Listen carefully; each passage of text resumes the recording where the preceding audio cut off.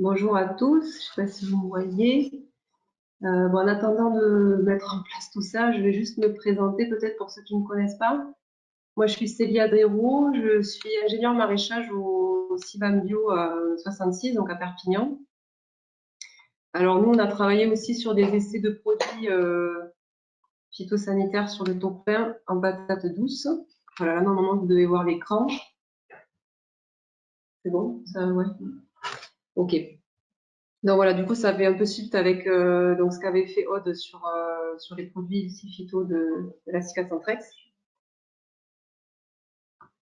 Alors, si ça peut bien marcher. Voilà. Donc pour le contexte, nous, pourquoi, en fait, au niveau du programme Ravageur, on s'est focalisé les 2 dernières années sur la gestion du taupin en patate douce, parce que la patate douce, c'est une culture qui se développe énormément chez nous, là, dans les Pyrénées-Orientales, depuis 2015. On a voilà, des producteurs bio qui se lancent sur cette culture. Il y a une forte demande au niveau du marché aussi. Et donc, on a un climat et un sol assez favorable dans les Pyrénées-Orientales pour ce type de culture. Donc, à savoir, en fait, nous, on a déjà commencé à travailler sur des itinéraires techniques de patates douces en bio à partir de 2015 jusqu'en 2017. On a suivi plusieurs parcelles dans le département sur ces 3 années. Et en fait, en 2017, on s'est rendu compte que bon, l'itinéraire technique était très participer le taupin. Et notamment, on a eu jusqu'à 80% de dégâts sur une parcelle du haut-taupin en 2017. Donc, c'est pour ça qu'on s'est concentré sur ce ravageur avec le programme Ravageur qu'on vous présente ici. Donc, du coup, nous, l'objectif, c'était de tester de nouveaux moyens de protection à base de produits phytosanitaires ou d'extraits végétaux utilisables en agriculture biologique. Donc, on a travaillé, alors la première année, en 2017, on a travaillé sur la pomme de terre. Donc, je ne présenterai pas cet essai aujourd'hui, mais voilà, c'était une première année d'essai.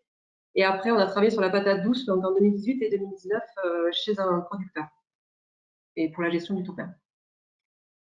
Donc voilà, pour vous donner un petit peu le site d'implantation, notre essai a toujours été réalisé sur la même exploitation à Alenia, chez un producteur, mais pas sur la même parcelle. Donc en 2017, comme je disais, c'était sur pomme de terre, donc je ne vais pas en parler aujourd'hui. Mais en 2018, donc on était sur une parcelle de 1800 mètres carrés avec un précédent de chicorée-scarole. C'était un sol sablo-limoneux. Et donc en fertilisation, on était à 1 tonne hectare d'organisme, donc c'est de l'engrais organique complet classique chez nous. En irrigation, on était à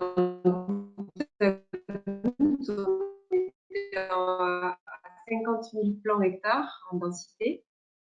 Et on était sur des plantations assez précoces du 3 mai avec une récolte donc de notre essai le 12 septembre. Et en fait, alors en 2018, on a eu des assez bons résultats, assez peu de dégâts de taupin.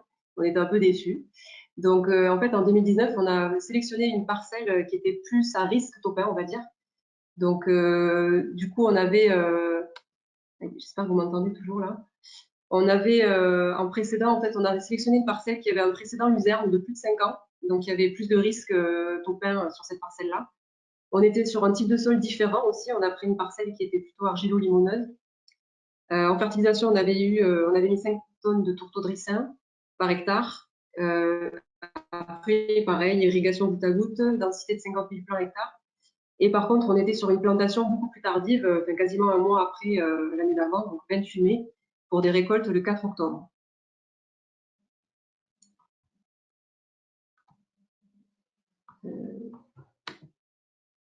Voilà. Alors, au niveau des produits testés, on était à peu près sur les mêmes produits que la Cicatentrex. Donc, on avait 8 modalités. Donc, on avait eu 2 succès aussi. Donc, je précise, tous ces produits ne sont pas homologués en patate douce, mais du coup, c'était un essai. C'est tous des produits homologués en bio, par contre. Donc, on a testé le succès granulé accompagné en plus. Donc, ça, c'était le succès granulé a été mis avant plantation, pendant la mise en place de la confection des gouttes. Et après, on a enchaîné avec 2 traitements succès en goutte à goutte sur 2 applications. Ensuite, toutes les autres modalités, c'était des applications qui se faisaient en goutte à goutte grâce à une pompe doseuse. Là, on voit une petite photo à droite. Donc, avec des applications à partir du 13 juin, tous les 15 jours, jusqu'au 20 septembre. Donc, ça, c'était pour 2019. Donc, on a testé plusieurs engrais foliaires. On a testé du Naturalis aussi, le MET 52 OD et des extraits de fougères. Ensuite, En observation, donc ce qu'on a pu faire, c'est observer en cours de culture et même avant plantation, on a fait des piégeages de larves. Donc voilà, qu'on a récupéré tous les 15 jours, qu'on a dépioté tous les 15 jours pour voir donc les pièges, enfin les larves qu'on a pu capturer. Et après la récolte, on a récolté à chaque fois 10 patates douces par parcelle élémentaire, enfin 10 plants, pardon. Et donc on a pu regarder le nombre de tubercules par plant, le poids moyen, et surtout ce que je vais détailler aujourd'hui, c'est le nombre de tubercules attaqués sur le nombre de tubercules total, donc la fréquence d'attaque, et l'intensité d'attaque, donc c'est le nombre de morsures de topin qu'on avait par tubercule. Et le rendement commercialisable, bien évidemment. Alors, pour vous donner une idée en intensité d'attaque, on a classé en fait 5 classes, on va dire 4 classes plus une classe déchets. Avec la classe 1, donc c'est la patate douce parfaite, hein, qui n'a pas de trou de topin.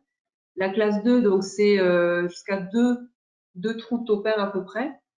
Classe 3, on est sur plusieurs morsures, entre 3 et 5. Classe 4, on est à plus 5. Et déchets, donc c'est plus de 10 morsures de topin. Donc, sachant qu'en bio, on peut commercialiser jusqu'à la classe 3 et encore la classe 3, c'est un peu limite. Pour les résultats sur le piégeage, donc en fait, on a voulu, alors ça c'est les résultats de 2019. Pour la parcelle 2019, on a voulu faire une espèce d'état des lieux de la pression topale sur la parcelle. Donc, on a mis en place des pièges à larves dans la parcelle avant de mettre en place la culture. Donc, sous forme d'un graphique, comme on voit là, hein, c'est-à-dire sous forme d'une croix pour essayer d'avoir un petit peu toute la parcelle. Et donc, en fait, les pièges qu'on a utilisés, c'est tout simplement des petits godets qu'on a pris. On a fait des trous pour que les larves puissent passer. Et on a mis à l'intérieur des graines d'orge ou de blé qu'on a fait germer, enfin, qu'on a arrosé en fait avant de mettre dans le sol. On a recouvert ça d'un couvercle. Et en fait, on a laissé pendant 15 jours. Et du coup, voilà, au bout de 15 jours, on a récupéré ces pièges et on a relevé à certaines zones jusqu'à 17 larves de topin par piège.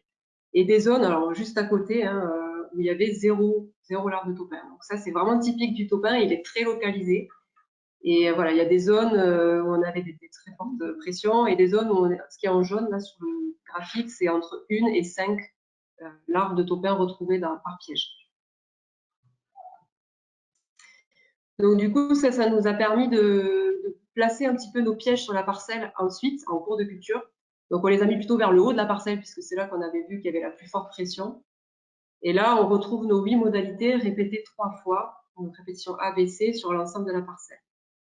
Et donc malheureusement, pour le piégeage en cours de culture, on n'a pas vu de différence significative par modalité, d'autant plus que les pièges ont été, quelques-uns ont été grignotés par des rats, donc c'est ce qu'on voit en bas à droite. Voilà, on a eu quelques dégâts des pièges par les rats.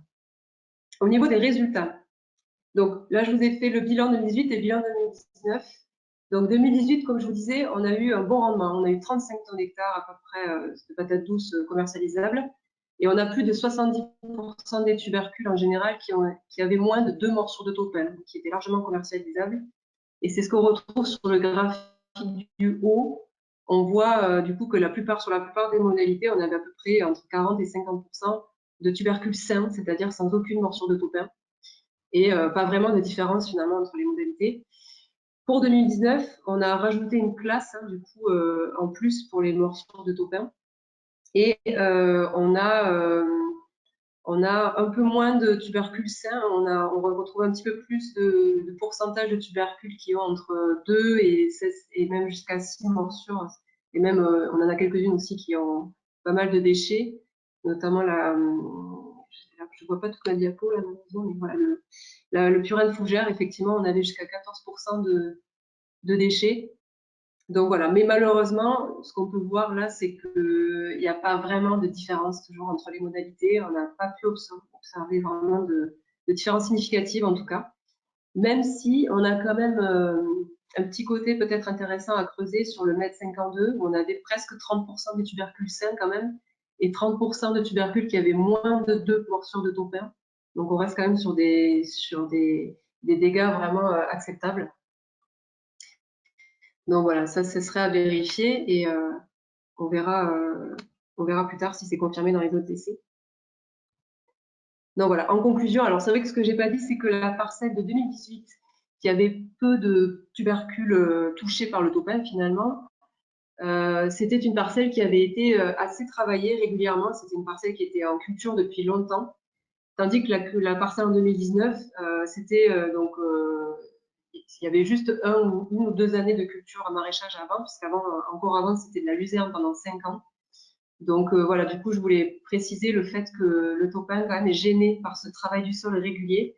C'est quand même, en termes d'itinéraire technique, quelque chose qu'il faut prendre en compte pour la gestion du topin, malheureusement.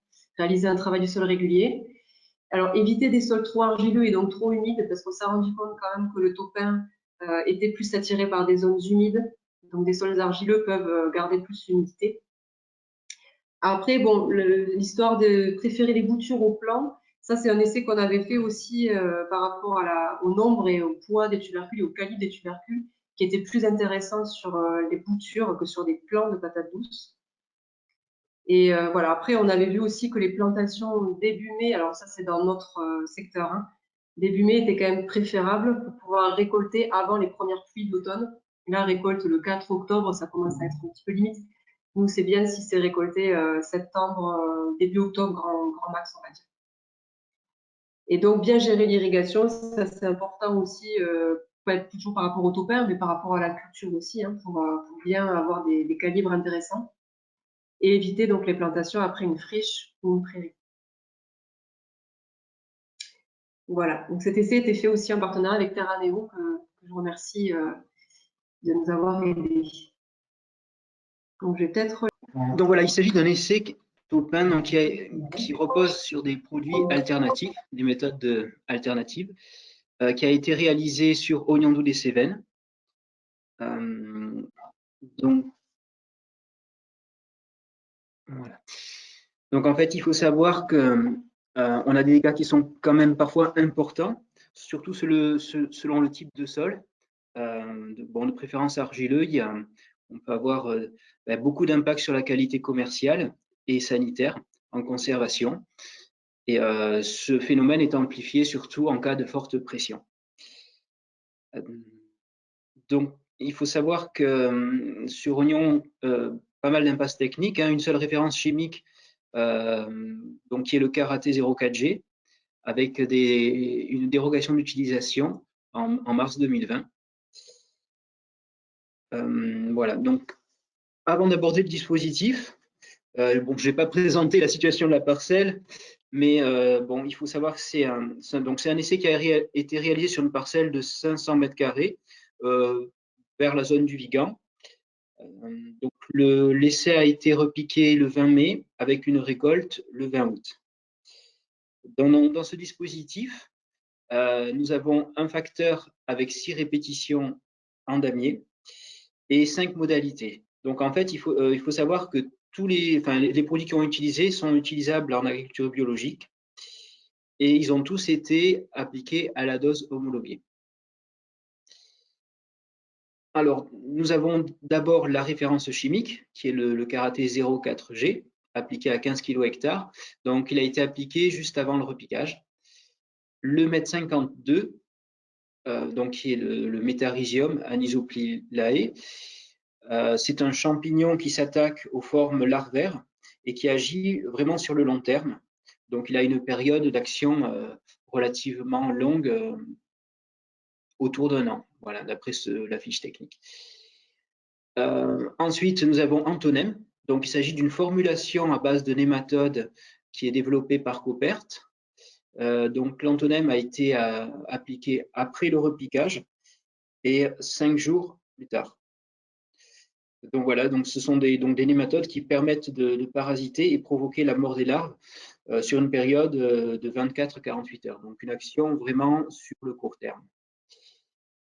Et enfin, la dernière modalité, c'est l'association du MET52 avant repiquage et Antonem après repiquage, comme appliqué tout à l'heure. Donc le but, c'est de voir si on a une synergie des deux produits. Au niveau des variables étudiées, nous avons fait un tri sanitaire avec un détail des attaques et évaluation de l'efficacité. Alors, au niveau du du plan de l'essai. Donc l'essai en damier a été disposé de manière à pouvoir évaluer le plus finement possible l'efficacité des produits dans diverses zones, donc avec différentes configurations de pression. Et vous avez sur la gauche, donc on a eu 2 essais grande échelle, donc 2 zones de test plutôt en bordure, avec une présence un peu supérieure par rapport au reste de l'essai.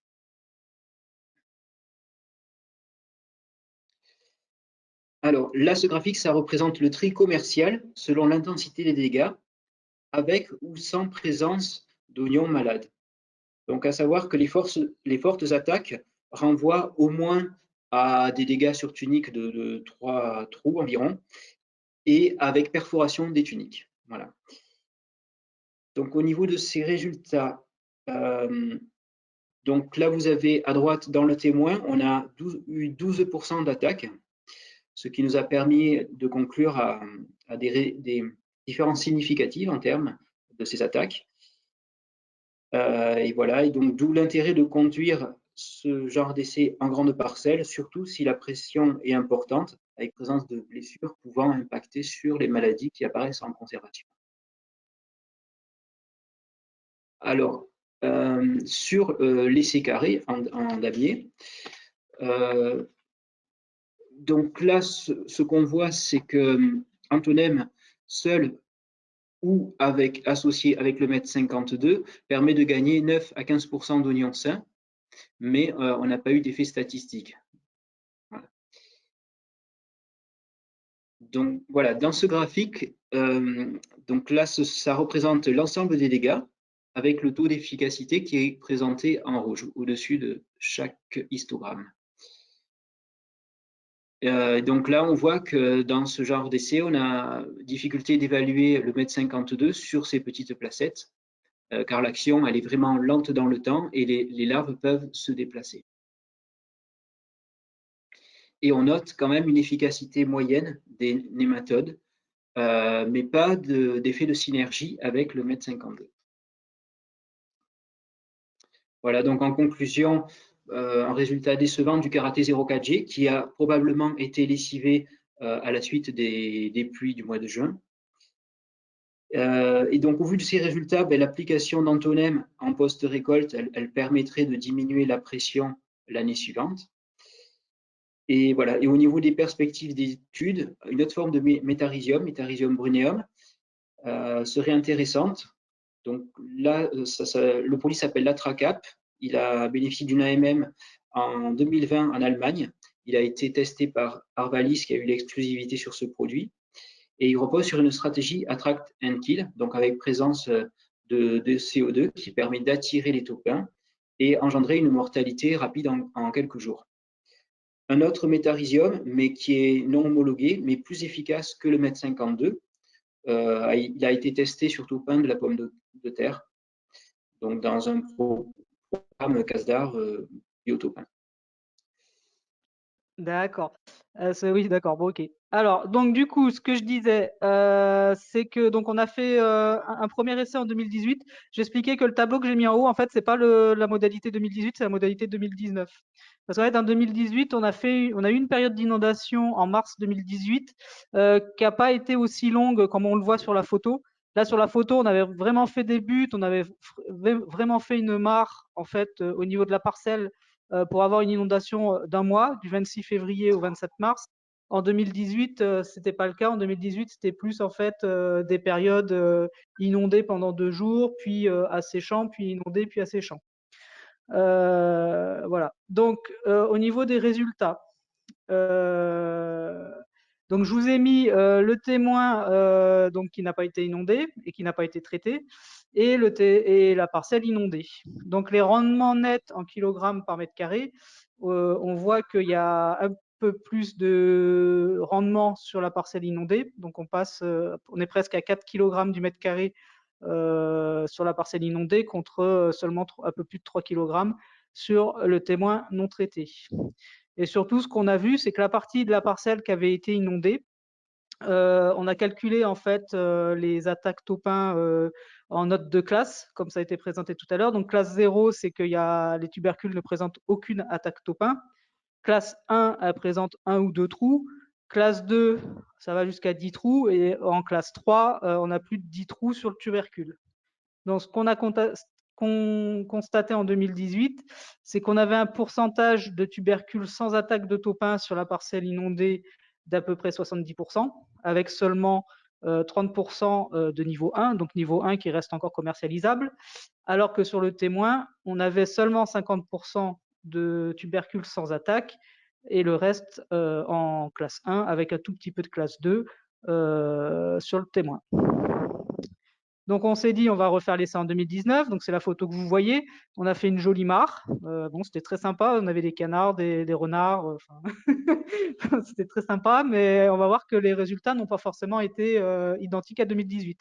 Ce qu'on avait choisi de faire, sachant que notre témoin était beaucoup plus attaqué que notre parcelle inondée, on avait choisi en fait de faire l'inondation sur la parcelle qui était témoin en 2018 pour essayer de limiter les attaques de topin sur cette parcelle et donc de placer la partie inondée sur une autre partie de la parcelle qui, elle, présentait moins d'attaques.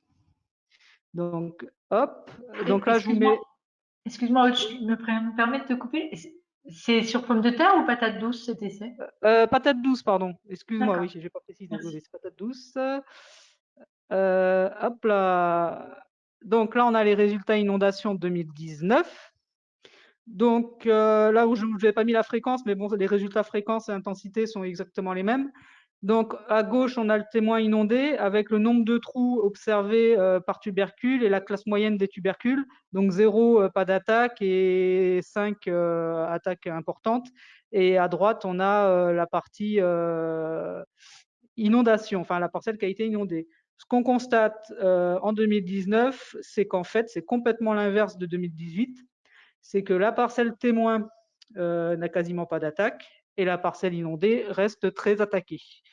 Donc, on en a conclu que ce n'était pas l'inondation qui avait favorisé, enfin, avait diminué les attaques de topin, mais que c'était lié à autre chose.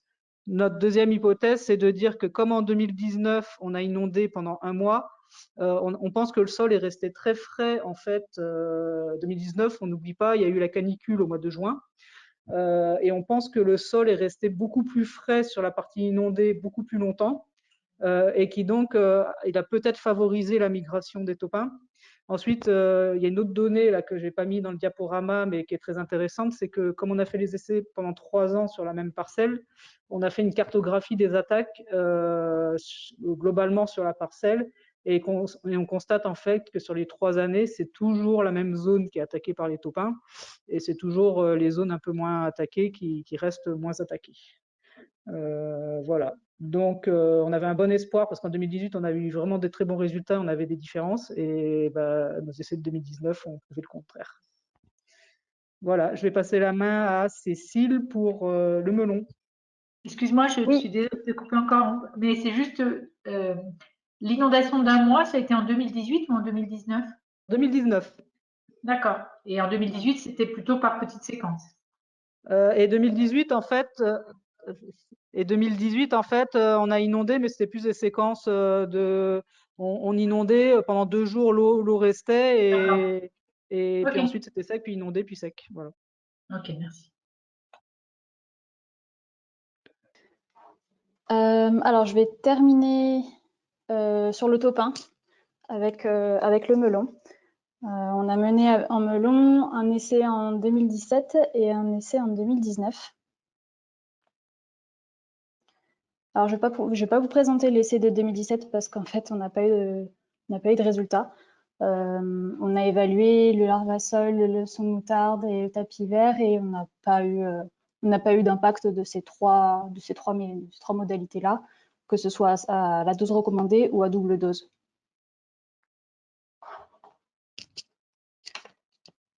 L'essai qu'on a mené l'an dernier, c'est un essai sur, on est parti dans une autre direction, dans l'évaluation des méthodes physiques. Donc, le témoin non traité, zéro protection, des assiettes de sonde de blé, des disques de coco et des petites planchettes de bois. Je vous montre les photos après pour que vous les représentiez. Au niveau du dispositif d'expé, donc on avait 4 répétitions de 18 plans. On a évalué le temps de travail qu'impliquait la pose de toutes ces méthodes de protection, pose et ou dépose. Et on a compté le nombre de melons attaqués. Donc voilà les photos des différentes méthodes de protection. Donc les disques de coco et les assiettes de son de blé ont été achetées dans le commerce. Et les planchettes de bois, c'était du recyclage de la station. Donc on a posé ces 3 méthodes-là fin mai 2019 au stade Nouaison. Au niveau de la fréquence d'attaque, là pour le coup, contrairement aux méthodes de produits, on a eu vraiment des résultats très clairs. Donc le zéro protection, on a eu 20% de fruits attaqués, tandis que sur les 3 autres méthodes, on a eu moins de 3% de fruits attaqués.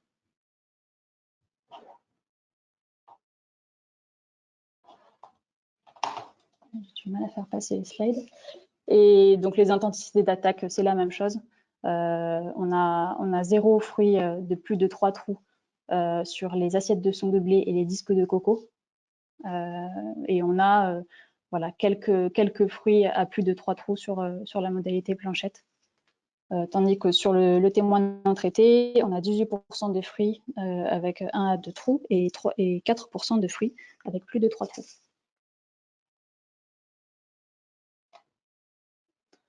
Forcément, la pose de ces protections, c'est du travail additionnel. Donc, on a essayé d'évaluer à l'hectare. Donc, ce calcul-là, c'est évalué pour 30 000 fruits en totalité. Et le coût de la manœuvre est calculé à partir d'un SMIC. Donc, pour l'assiette de son de blé, on a calculé 108 heures à l'hectare, 116 pour les disques de coco et 125 pour les planchettes. En fait, c'est un petit peu plus long pour les planchettes puisque tout simplement les fruits roulent, glissent. Donc, voilà, on prend un peu plus de temps pour les stabiliser sur la planchette.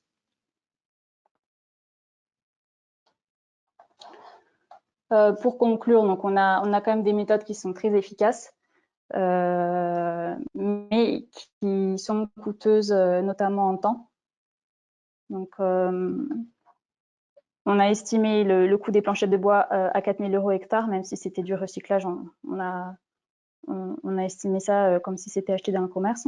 On a le coût des assiettes de son de blé qui est vraiment élevé, à 6 600 € l'hectare, et les disques de coco qui sont plus, on va dire, plus accessibles. Au niveau de la main-d'œuvre, j'ai remis les informations de la slide précédente, avec donc évalué à 1 080 € pour les sondes de blé, 1 160 pour les disques de coco, 1 250 pour les planchettes de bois, sachant que voilà, si on va les récupérer, étant donné que c'est la seule des 3 méthodes qui n'est pas biodégradable, il faut compter le temps de pose et de retrait.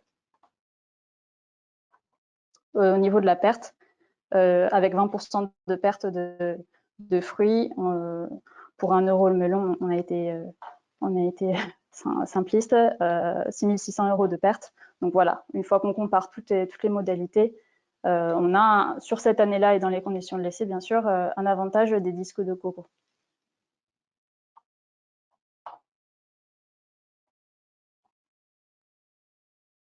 Voilà, c'est tout pour cet essai. Donc, on a terminé la partie topin. On va remettre le programme. Voilà, je ne sais pas si vous voulez faire... alors, je n'ai pas le visuel sur le chat que je vais ouvrir. Je vais laisser la main. Alors, est-ce que, concernant les autres ravageurs, Cédric, est-ce que tu veux commencer? On va peut-être faire la séance de questions avant, si les gens ont des questions sur le topin. Non, personne. On a répondu au fur et à mesure là, aux questions qui défilaient. Merci Thierry pour ton intervention sur la tempête Xynthia là, qui a inondé pendant 3 semaines des parcelles sur l'île de Ré. Et a priori, pas d'effet sur le topin non plus. Donc c'est une expérience de plus ailleurs en France. Ah oui, il y avait une question sur les oiseaux. Est-ce que certaines races d'oiseaux peuvent s'attaquer aux taupins adultes?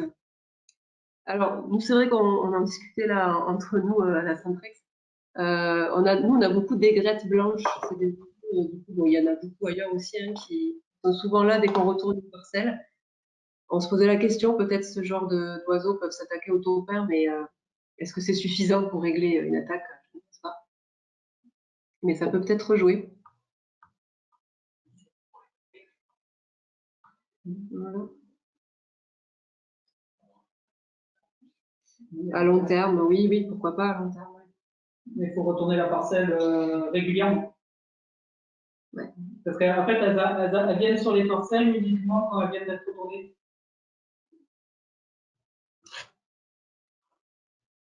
Ouais. Alors, les adultes. Ben, les adultes, ils sont pas. Enfin, il y a des pièges pour adultes hein, qui existent actuellement, des pièges à phéromones. Vous savez que nous, dans notre essai, on en a utilisé un petit peu aussi. Même si j'ai surtout parlé des pièges à larves. Mais ça marche bien, oui, oui, c'est assez efficace. Je sais qu'il y a des parcelles où ils ont récupéré des quantités énormes d'adultes. Alors, c'est des pièges à phéromones, on peut retrouver ça sur Internet, hein, c'est pas très cher. Il faut juste acheter le piège, par contre, qui est un petit peu spécial, mais qui ne doit pas être très cher non plus. J'ai pas les prix en tête, mais on peut vous faire passer les infos hein, par mail après, si vous voulez.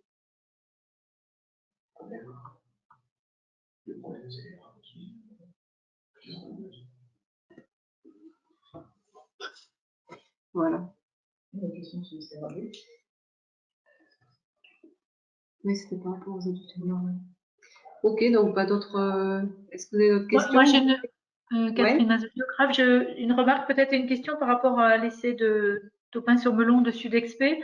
La valorisation de la main-d'œuvre est peut-être un peu sous-estimée puisqu'il y a juste le salaire qui est pris en compte, c'est-à-dire 10 € de l'heure et pas les charges sociales. Hein. Donc je pense que c'est un peu sous-estimé quand même le coût de la main-d'œuvre. Mais bon, c'est juste une remarque. Et après, les dispositifs qui ont été utilisés peuvent être amortis, j'imagine, sur plusieurs années, notamment les planchettes de bois ou les disques en fibre de coco. C'est une question pour Cécile. Oui, tout à fait. Alors, oui, pour les charges sociales, oui, tu as raison, c'est sous-estimé. Les planchettes, clairement, elles peuvent être réutilisées, elles sont en très bon état. Au niveau des disques de coco, bon, ils peuvent être réutilisés, mais je dirais pas plus de 3-4 ans parce qu'ils se dégradent quand même relativement plus rapidement. Et par contre, les assiettes de sonde de blé, je pense que... Alors, on n'a pas fait le test, mais elles ont l'air plus résistantes que les disques de coco et pour le coup, c'est utilisable en effet, ouais. Ok.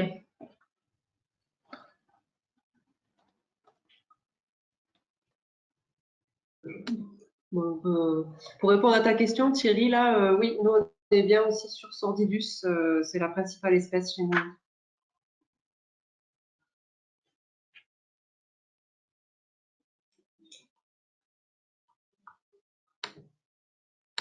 Ok, ben, s'il n'y a pas d'autres questions, peut-être on peut enchaîner avec la partie.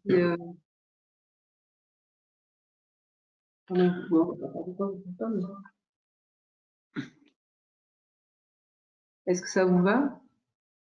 Enfin, moi, je pense que la conclusion de ça et de tous les travaux qui ont pu être faits auparavant, enfin, le GRAB a beaucoup bossé il y a quelques années sur Taupin. On avait quand même ponctuellement montré une efficacité du tourteau de ricin dans certaines parcelles et ça reste quand même une pratique assez régulière chez les maraîchers de faire des apports réguliers de tourteau de ricin, mais à des doses quand même beaucoup plus faibles que ce que vous avez fait, parce que comme le faisait remarquer, je crois, Philippe Cailleul, on arrive à des doses d'azote qui sont parfois excessives dans vos dosages, mais je comprends l'intérêt effectivement de voir s'il y a des doses très fortes, ça peut fonctionner.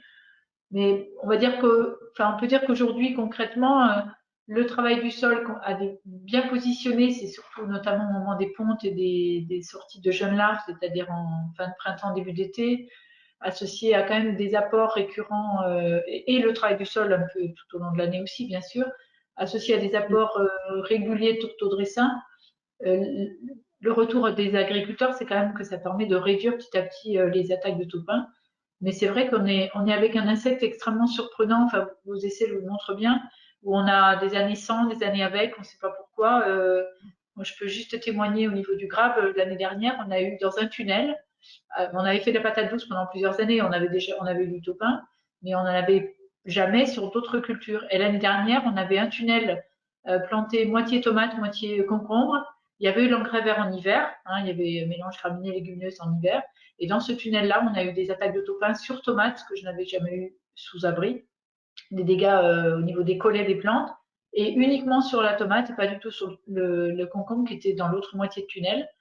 Et c'est la première fois qu'on voyait ça. Enfin, tout ça pour dire effectivement qu'on est avec un insecte, un ravageur qui est complètement déconcertant, je trouve, et on se casse les dents depuis longtemps. Et vos essais montrent effectivement la difficulté finalement de trouver des leviers pour limiter les attaques. Enfin, je trouve que c'est très compliqué. Enfin, et alors après, peut-être juste pour parler des inondations.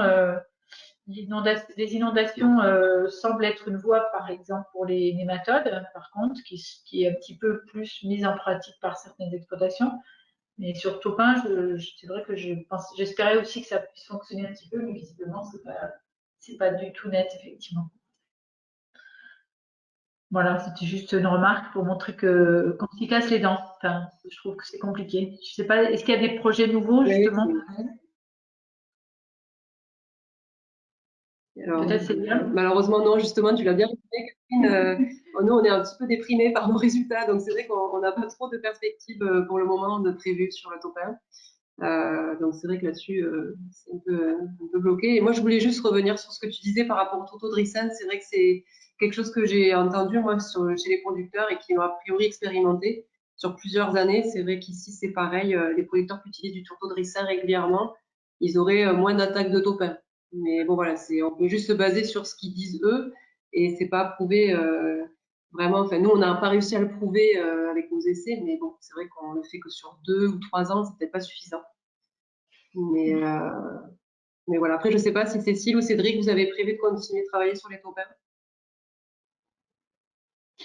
Non, mais je te rejoins et c'est ce qu'on en discutait la dernière fois. Hein, c'est que c'est vraiment très compliqué à travailler. Et comme vous l'avez dit, d'une année sur l'autre, d'une parcelle à l'autre, les résultats se rejoignent pas forcément. Bon, sauf peut-être en parlant de protection physique, mais voilà, ça a des coûts conséquents. Pour l'instant, pas de perspective à court terme de mon côté. Nous, si on peut bénéficier d'un projet sur ça, on pourrait tester certaines solutions plutôt en grande échelle, parce qu'on a vraiment des parcelles qui sont très infestées, donc ça voudrait bon, quand même le coup surtout qu'on est dans des situations d'impasse technique. Voilà.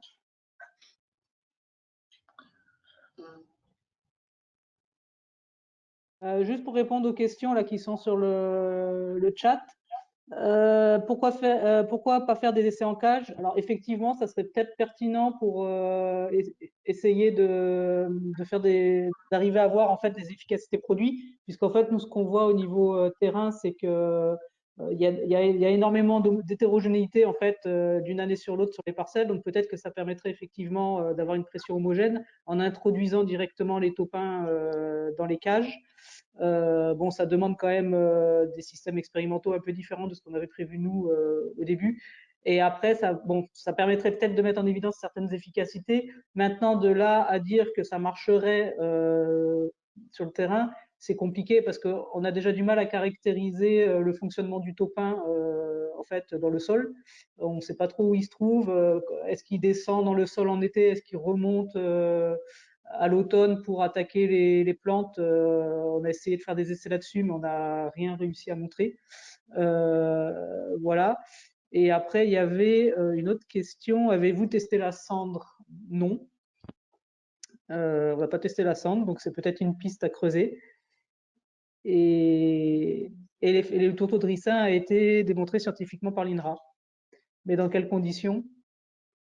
Si, il y a eu des travaux il y a quelques années avec effectivement, comme le dit Christophe, Monsieur Topin, ça s'invente pas, de l'INRA de. Je sais pas s'il était à l'INRA de Rennes, mais enfin, en tout cas, il y a eu aussi des travaux à l'INRA de Rennes. Topin, je crois qu'il était plutôt à l'ITCF, mais enfin, bon, peu importe, en tout cas, il avait effectivement le bon nom pour travailler sur le Topin. Mais je pense qu'il est à la retraite maintenant. Et effectivement, il me semble bien que les équipes qui travaillaient sur le Topin à l'INRA de Rennes ne travaillent plus sur le topin. Enfin, il n'y a plus beaucoup de spécialistes aujourd'hui, alors qu'effectivement, il y a une vingtaine d'années, 20-25 ans, quand il y a eu pas mal de travaux qui ont été réalisés au Grab vers 1995, on va dire jusqu'à 2000-2002. C'était notamment orienté sur tourteau de ricin, tourteau de Nîmes, et avec effectivement avec des résultats aléatoires. On a eu parfois de bons résultats, mais voilà, enfin voilà, c'est compliqué. Puis bon, ce qu'il faut dire aussi, c'est que le tourteau de ricin, et le tourteau de Nîmes encore, qui est quasiment plus vendu aujourd'hui à ma connaissance, c'est pas du petit lait, quoi. C'est quand même des produits qui présentent aussi probablement une certaine toxicité vis-à-vis de la faune du sol et qui sont pas non plus inoffensifs pour les applicateurs, hein. Nous, on en sait quelque chose. Au Grabe, ma collègue Hélène Védy, elle fait des belles allergies respiratoires lorsqu'elle prend du tourteau de ricin. Voilà, c'est quand même important à dire. Et pour répondre à la question de Serge sur le Naturalis en végétation, oui, on l'a testé. Le Naturalis, j'ai pas présenté les résultats parce que je crois qu'on va même tester en goutte à goutte et en foliaire et ça n'a rien donné, donc c'est pour ça que je n'ai pas présenté les résultats.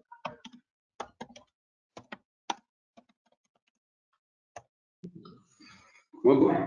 C'est Rémi Pons, là, bonjour. Pour la partie tourteau de ricin, je m'étais un petit peu renseigné chez les vendeurs d'engrais et dans le tourteau de ricin, là, il y a quelque chose qui est relativement toxique, qui est la ricine, et qui, eux, extraient de leurs engrais pour éviter justement d'intoxiquer les agriculteurs ou autres. Et alors, il y a la question qui se pose de est-ce que les essais qui ont été faits et les retours d'expérience qui disent que le ricin a un effet sur le copain, c'est pas dû à des tourteaux de ricin contenant moins de ricine. Voilà, c'est des retours là-dessus.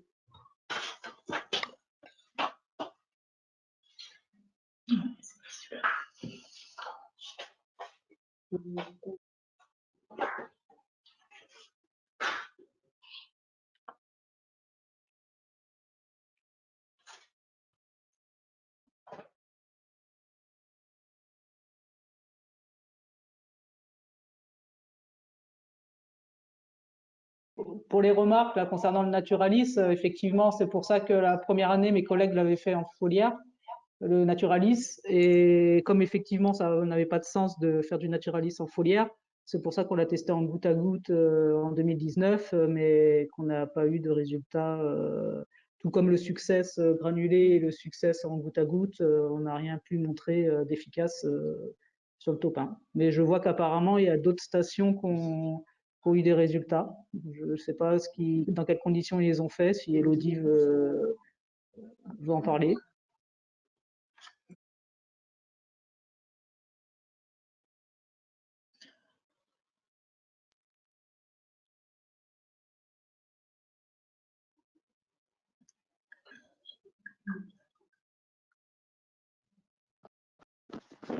Xavier Blot de Sangos.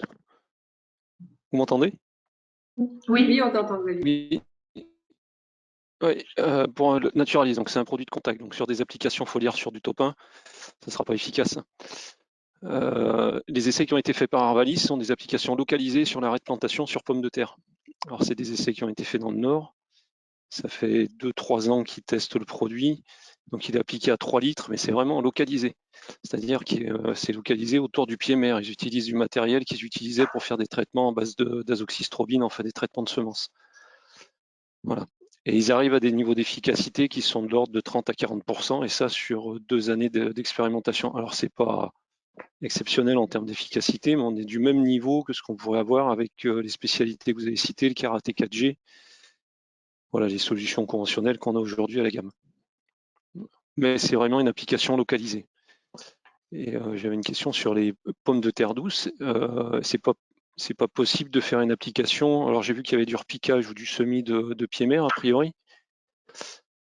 Est-ce que vous avez testé des applications sur justement à la plantation? Voilà. Et bien en le localisant autour du pied mère. Parce que c'est ce qui a été fait par Arvalis dans ses essais sur pommes de terre. Elodie, tu me contredis si je dis des bêtises parce que c'est pas moi qui suivi les essais, mais on avait d'autres résultats quoi, voilà, sur ce ravageur. Voilà pour les précisions. J'étais en train d'écrire un chat, donc c'est pas la peine que je le fasse. Voilà. Si vous avez des questions, n'hésitez pas.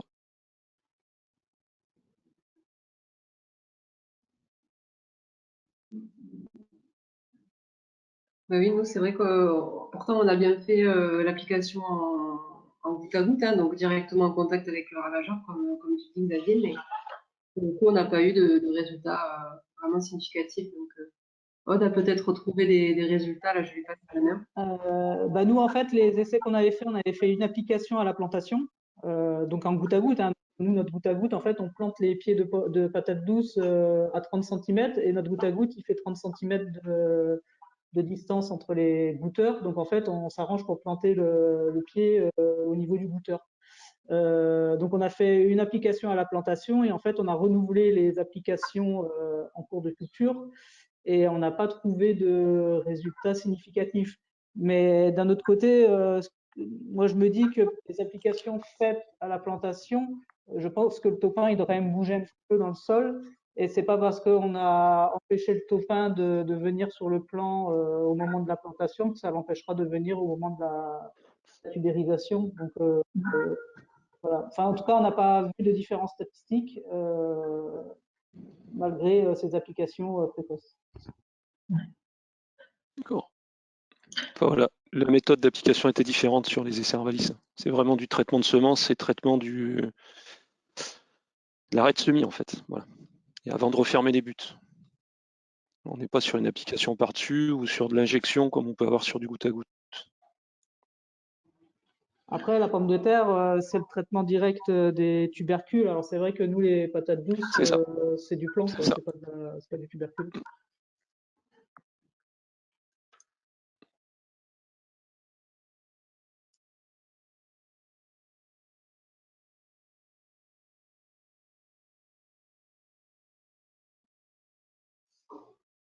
Ok, donc si on est bon, moi je propose de passer la main à Cédric pour nous parler pour la deuxième partie de l'après-midi sur les autres ravageurs.